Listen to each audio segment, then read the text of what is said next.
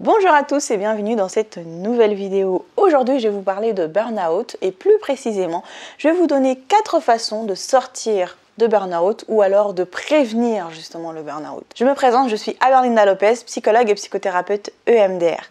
Je me permets de vous parler de ce sujet parce que j'ai un master de psychologie avec une spécialisation de psychologie du travail et j'ai malheureusement beaucoup de patients qui viennent me voir et qui sont déjà en burn-out. Alors aujourd'hui, je vais vous donner 4 clés qui vont vous aider soit à sortir de burn-out, soit à prévenir aussi le burn-out. Première clé, bien faire son travail, ce n'est pas faire des heures supplémentaires. Malheureusement, le burn-out va de pair avec la surcharge de travail. Et beaucoup de personnes me disent « Bah oui, mais je voulais bien faire mon travail. » Et donc, ils faisaient des heures supplémentaires, des 50 heures par semaine, des 70 heures par semaine même. Bien faire son travail, c'est aussi se reposer pour pouvoir être performant après. Deuxième clé, attention à la dette morale. Les patients qui viennent me voir qui sont en burn-out ont une forte dette morale parce que le responsable leur a promu, parce qu'ils ont été recrutés très jeunes.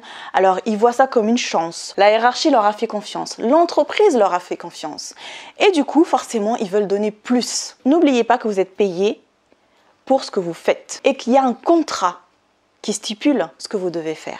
Donc faites très attention à la dette morale. Troisième clé, attention à l'exigence que vous avez envers vous-même. Souvent, ces mêmes patients me disent « mais c'est parce que je veux faire parfaitement, c'est parce que je me dis que je vais y arriver, que je dois le faire ». Donc c'est des personnes qui sont très exigeants avec eux-mêmes et qui vont jusqu'à s'user. Donc le conseil que j'ai à vous donner, c'est vous écouter. Écoutez surtout votre corps, écoutez votre sommeil, qui vous alerte bien avant le burn-out. Enfin, quatrième clé, n'oubliez pas que le travail, c'est qu'un domaine parmi plein d'autres domaines de votre vie. Vous avez votre vie familiale, votre vie amicale, vous avez aussi peut-être des loisirs, des passions. Ne mettez pas le travail en premier lieu dans votre vie. Il y a d'autres domaines peut-être que vous pouvez mettre en premier lieu. Et si vous mettez le travail en premier lieu, essayez quand même d'investir les autres domaines. Voilà, c'était tout pour aujourd'hui. J'espère vraiment que cette vidéo vous aidera à prendre du recul et à surtout pas tomber dans le burn-out. N'hésitez pas à mettre un petit pouce, à mettre des commentaires, à partager peut-être votre expérience avec le burn-out et pourquoi pas à vous abonner. Et je vous dis à bientôt pour une nouvelle vidéo.